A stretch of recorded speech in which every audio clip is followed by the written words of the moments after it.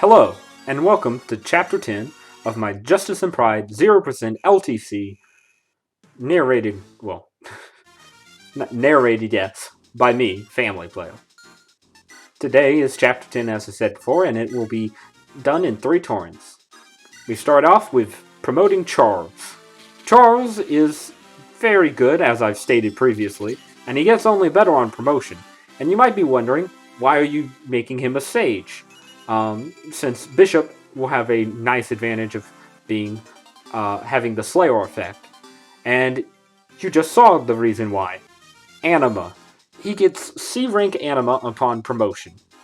There is a tome that we will get from a village in this chapter that can only be used at C rank. And having that is extremely important to fight not only this boss, but further on several other bosses and enemies. We also start off with getting a new recruit. She's just a level 10 or 11, I believe, Rachel, with very good all-around stats. We also see there the tome that I was mentioning before. I believe it's Amarok or something. And it's C rank, and what makes it so good is that it gives you effective damage against cavalry. I would be using it with Nella, but sadly Nella starts with D rank on promotion, and she will not be getting enough enemy encounters in order to get herself to C rank in time to fight the boss and make this anything better than a 3-turn clear. So we see that a lot of making this a 3-turn clear is really good rescue drop strategies. We also want to make use of the fact that the soldier on the left has some generally weird AI, and will just overall not really do too much to any of the units that showed up at the beginning of this turn, including the NPCs. So we just use Dan to lure him over and kill him on enemy phase. Dan won't be doing too much this chapter. I had originally wanted him to go over to the arena, since he'd probably be a surefire way to guarantee a win in the arena. But I found out that, for whatever reason, in this chapter, or maybe in just all of Justice and Pride, and maybe I just never knew, the arena does not give you back more money than you entered with, unlike in normal GBA games. I don't know if this is unique to this arena or not, but what do you know? You may notice that Nisa is going to a house that's quite out of the way in this chapter. The reason for that is there is a recruitable unit in that house. He is a very famous unit, and I need to talk about him quite a bit. His name is Luigi, and he's a meme for many a reason, and you know who he is if you've been around the hack community for this game at all. And see here you can see that we buy a Thundertome. And the reason why Luigi is so interesting is that he is the Summoner class, which means he has access to Anima and Dark Magic, as well as Staves. He doesn't have the Summon skill, so he can't actually do the unique action of Summoner. But he does indeed have a uniqueness in that he has 100% magic growth, and really crappy bases in everything but magic, and really crappy growths in everything but magic. Now you may be wondering, well, why does that matter at all in this in this playthrough? And the reason for that is I'm going to actually keep his 100% magic growth in this playthrough, which is why I said that this was technically a 0% playthrough all that time ago in the first chapter.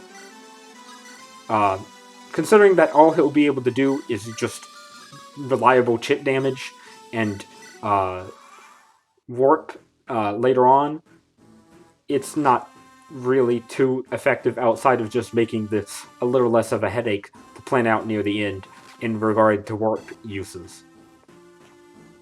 There's another recruitable unit this chapter. Her name is Trisha. She's that Myrmidon that attacked Donovan this turn. She's not super dangerous. At least not when she's not at least as long as she doesn't crit anyway. Something interesting about her is that she starts with a Sham Shield, which is a really good weapon for crits, and she also has, I believe the skill name is Anathema or something like that, which decreases avoid and dodge of all enemies in a 3-tile radius by 10, which is really good. And we're going to be using that to our advantage. Here we get a Lunatome from that Dark Mage. Lunatome is not very useful at this point in the game, but later on it is extremely useful, especially in the end game where we'll be essentially using it to defeat everything in our path. This is the final turn, and it's pretty much just wrap up. Sadly, I didn't put everyone in the... Sadly, Dan did not, for some reason, end up killing either of the Cavaliers, so this ended up being a very awkward situation on the left side of the map. And I apologize for that. It's going to seem like there was a chance of death for our female archer that joined this chapter, when in reality, she doesn't usually. Here, for some reason, I checked both of these skills. I don't remember the reason why off the top of my head. And in this shop, we buy a hammer. We're out of any good... Since our Armor Slayer only has 3 uses left, and there's still some armor enemies left in the game, we obviously want to make sure we get that, because Dan will be extremely useful for dealing with those. After taking care of this peg, we dance Trisha in order to use her Anathema so that we can reduce the avoid of the boss. This boss is one of the worst bosses in the game. She has, I believe, 17 speed, 17 skill, is on a fort, and also, I believe she also has seal skill, which means that when we see the enemy phase hit rate, it is horrible and will be about 49, I believe. This strategy is not as reliable as I'd really like it to be, but to be honest, this boss is so horrible, I just don't really care when it comes to her.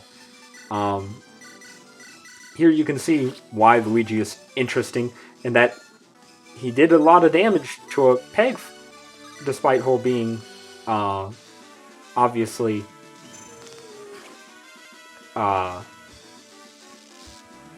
having high resistance, but he also had pretty crappy skill against her. And there you just saw the 61% hit rate against Diane, and why she's just so horrible to fight. I forgot to talk about Luigi's other skill that's pretty important, and that's Power Staff, which is basically a semi-Gale Force type skill, where once per turn, when he uses a staff, he will get another turn, or another action, rather. Because of that, he can quickly get up EXP in general through staves, which is super good. Either way, that's the end of this chapter, with that pretty awkward, unreliable boss kill. And with that, we've completed Chapter 10 in 3 turns. Thank you for watching, and I'll see you next time for Chapter 11.